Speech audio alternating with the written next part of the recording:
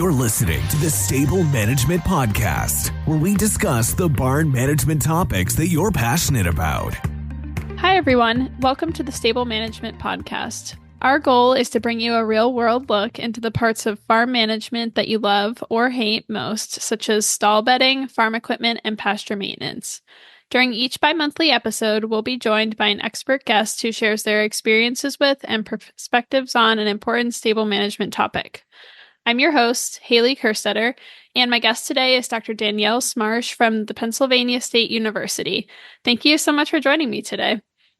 Thank you, Hailey. Thank you for inviting me onto this podcast. I'm looking forward to talking with you today. So today we're going to be talking about preparing to feed horses during the winter, which is a very important topic. So we'll jump right into that. And I'd like to know, what are some considerations that barn managers should make when feeding horses during the colder months? Sure. So there's a number of things to think about. First thing I consider is how we change the horses' day-to-day management from how we were working with them maybe in the summer, right? So for example, the horses probably, I live in Pennsylvania, so winter here definitely means snow and ice and things like that. So in the winter, the pasture is going to be less of an option for food, and I'm probably feeding more hay. So that will have some implications to think about.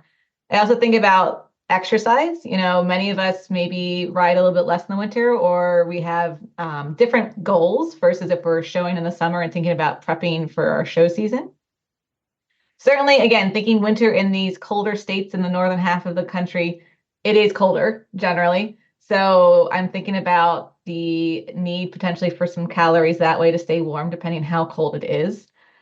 I think about the age of the horse. Do I have my 12-year-old gelding? Do I have a yearling? Do I have the 27-year-old mare? They're all going to be impacted a little differently, and I might need to feed them a little differently for the winter months. And then I also think about water as well, being an important component to the feeding program for my horses. So those are a few things to consider. Yeah, I also live in Pennsylvania, so I'm dealing with the same winter situation, and I have a thoroughbred gelding who's 8, and then I have 2 miniatures. So we've got quite the variety in terms of nutrition needs during the winter. So this will be very helpful for me too. So since we're kind of in the slightly warmer months now, how can people prepare for this shift ahead of time so it's not super shocking to them or their horses? Yeah, so the biggest thing is definitely, when we think about diet, is slow, gradual transitions. Horses and ponies and minis don't like abrupt changes in their diet. And so, as if it's a horse that is out and eating a lot on the pasture, and grass has a lot of moisture in it, and we're going to be shifting to hay, which has a lot less moisture, we probably want to try to do a gradual transition from pasture to hay, so that we don't startle the GI tract and create situations like, say, colic. So I think that's my biggest point to think about in terms of transitions from the list I gave you above, is really thinking about the forage aspect as we shift from likely more fresh forage to more hay. Now, if your horse is already, maybe they're in a dry lot with just hay because of whatever dietary or health issues, well, you're probably good to go. Or if you're thinking of adding other different forage alternatives, whether it might be beet pulp or hay cubes, whatever it might be, my suggestion is, once we start to get to, like you said, it's a little warmer right now, but maybe in a few weeks, a month or so, we think about gradually adding that in the course of a few weeks to our horse's diet. Yeah, I like how you mentioned the slow change with the forage part of their diet, because a few episodes ago we talked about general nutrition needs, not just for the winter. And that was one of the main points, is that we all think about changing like the concentrate part of our horse's diet very slowly, but we often forget to change the forage part of their diet slowly too. So that's a really good reminder. Yeah, absolutely. Anything with diet, slow changes. Doesn't matter if it's the concentrate, the forage, whatever it might be that you're feeding, slow change.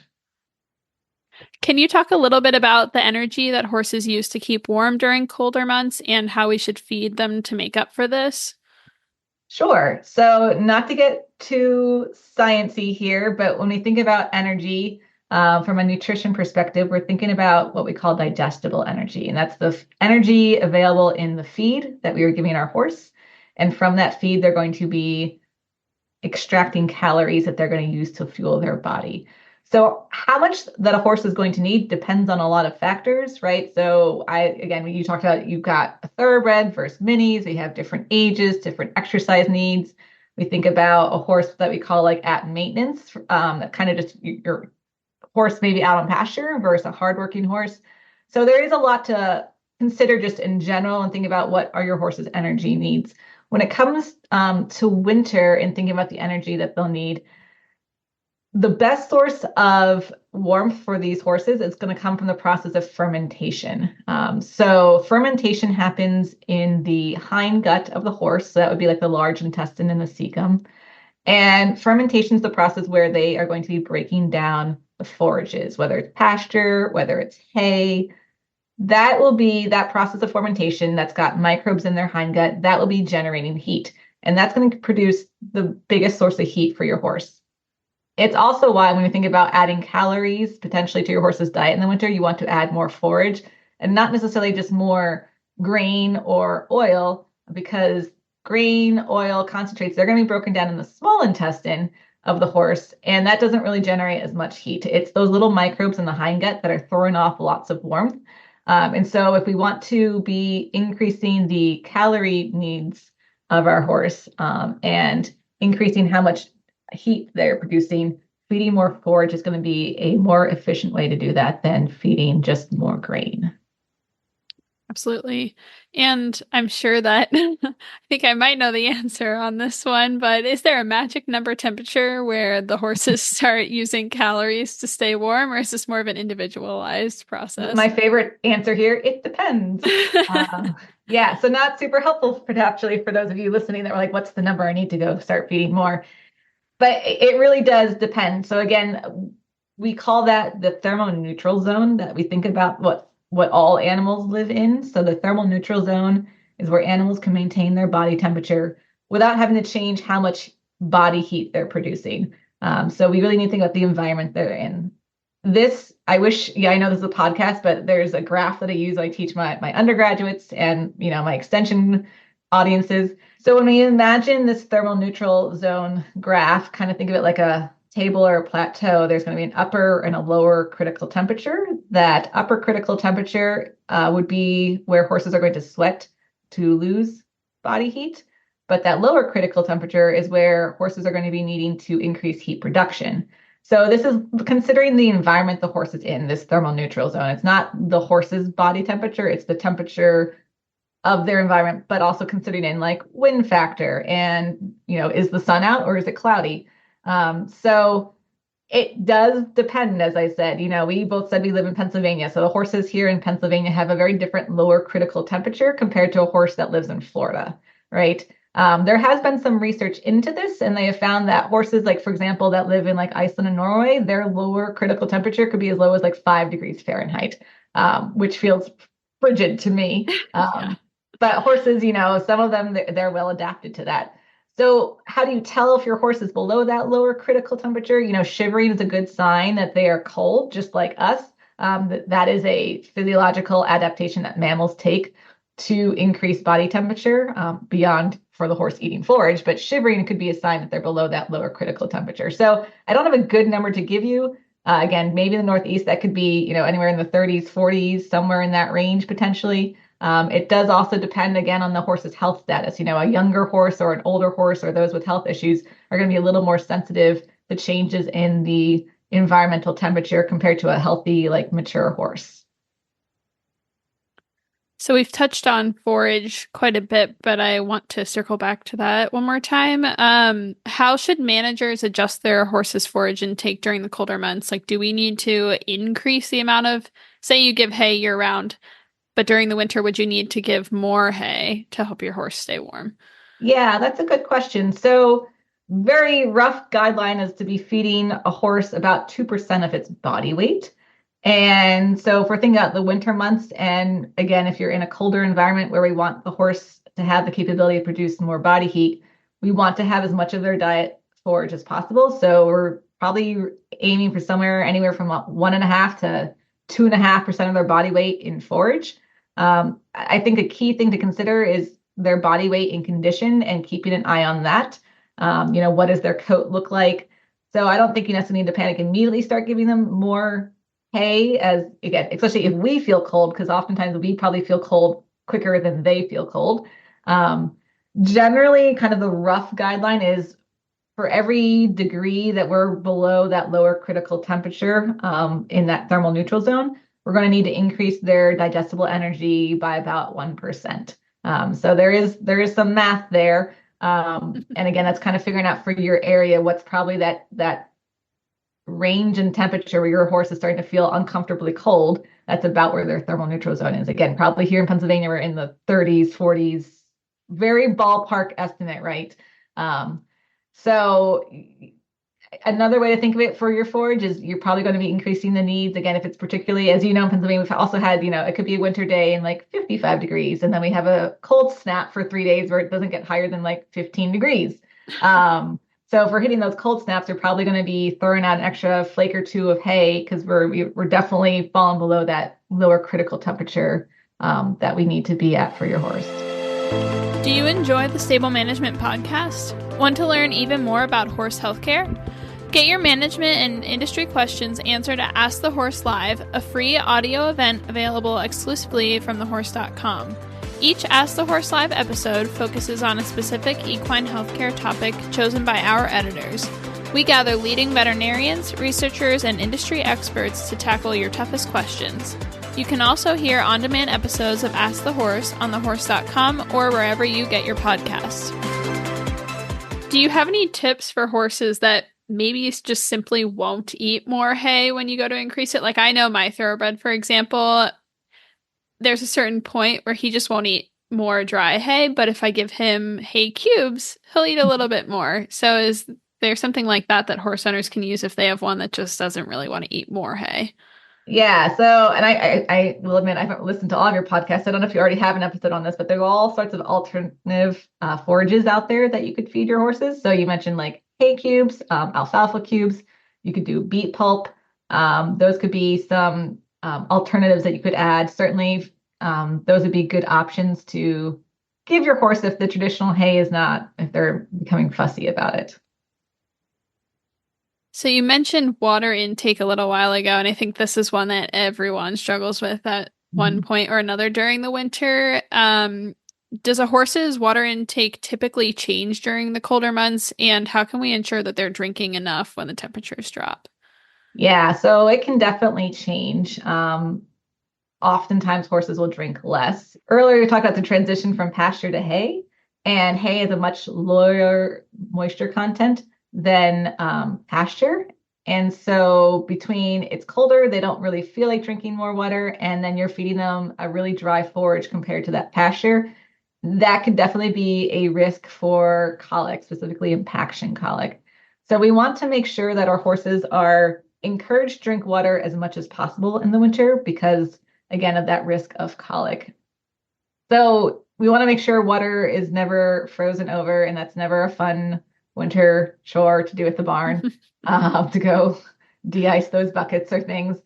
There is some interesting research out there that if the water is a little bit warmer, so the range being like 40, 45 degrees Fahrenheit up to like 65 degrees Fahrenheit, that it is more readily consumed by horses. So if you have the means, again, if you are lucky to have heated waters, that's great. That will be more enticing to the water that the horse is drinking as compared to water that, again, you chipped off the ice and you still have that water. It's probably still going to be pretty cold water, right?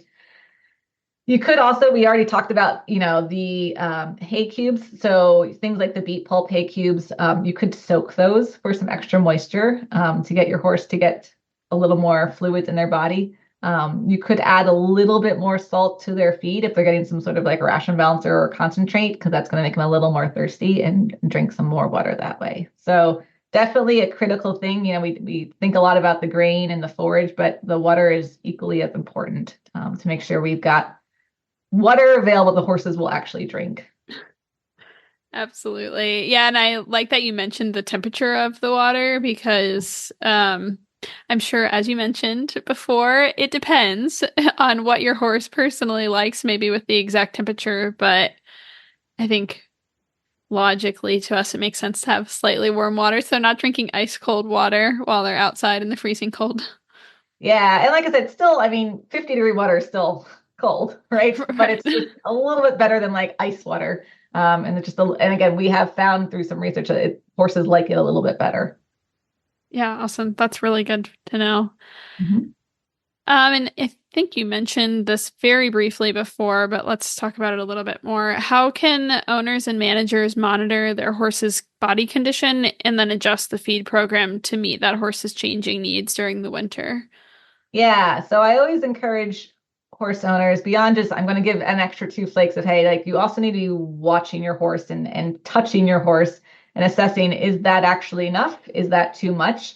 Because every horse is an individual and going to be a little bit different. So 2 things to think about. So certainly there's body condition scoring, but then there's also the actual weight of the horse. So they're similar, but slightly different measurements.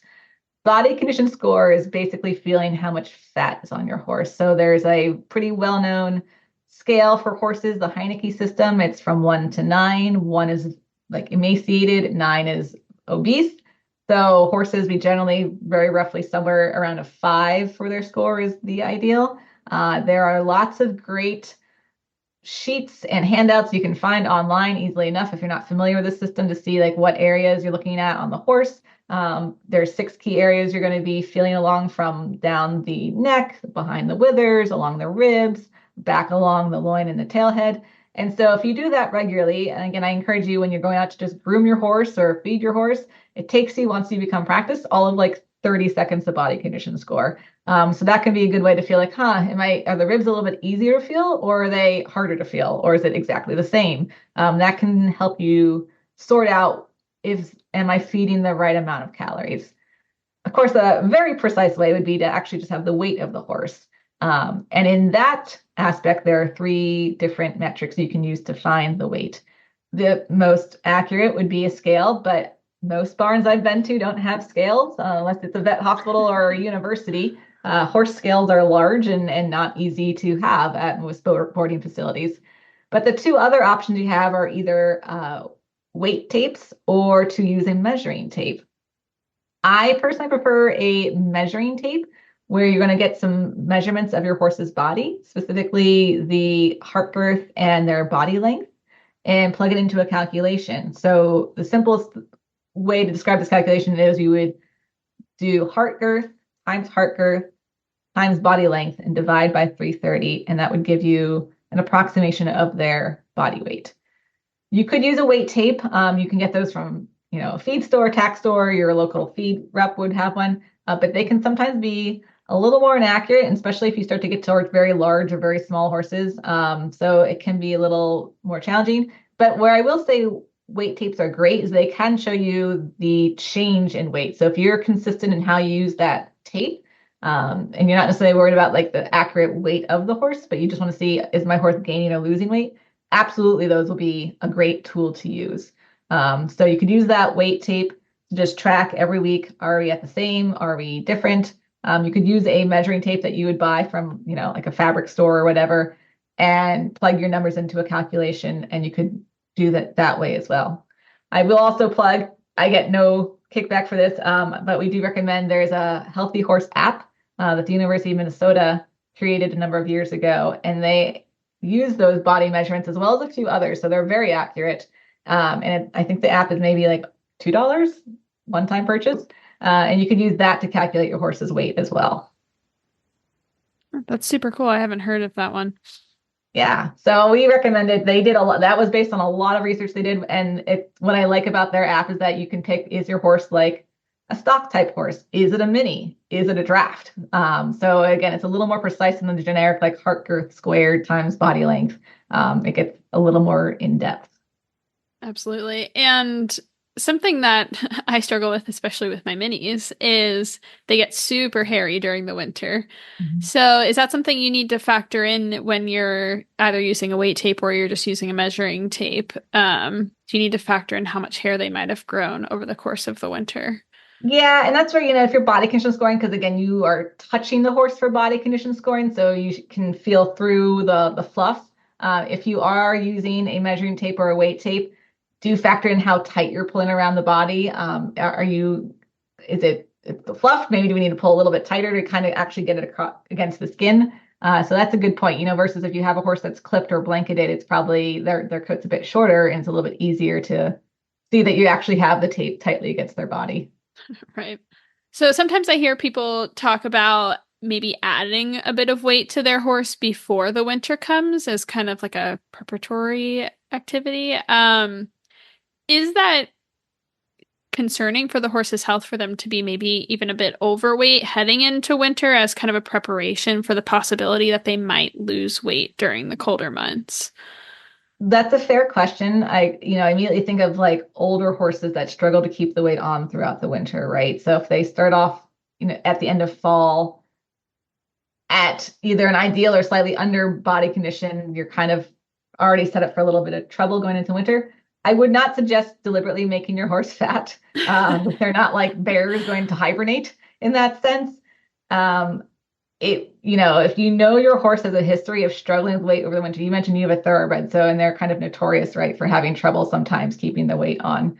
Or if it's an older horse, I would say it's not going to be a bad thing to make sure there's maybe a little bit extra squish on the ribs, but I would really be cautious. Again, if we're thinking about like a body condition score, if they're already at like a 6, 6.5, I don't want to put more weight on. If they're only at a 4.5, 5, maybe a little bit more. So certainly that's a discussion you should have with your veterinarian as well. I'm not fully opposed to it because again, I've seen those cases of horses that we just know like this is going to be the struggle, but I don't want to end up with a very fat horse where we then have other health issues and metabolic issues, things like laminitis and whatnot that can happen. So it depends. Back to that fun answer.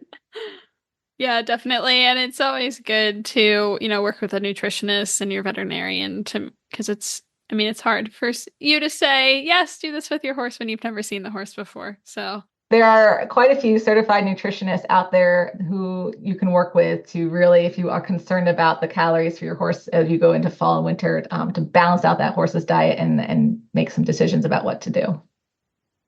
Awesome. That's all the time we have for today, but it's been awesome talking with you today, Dr. Smarsh. Thank you very much for having me, Hailey. I really enjoyed this. And thank you all for listening today. Please remember to like this podcast, subscribe, leave a review, and recommend the Stable Management Podcast to a friend.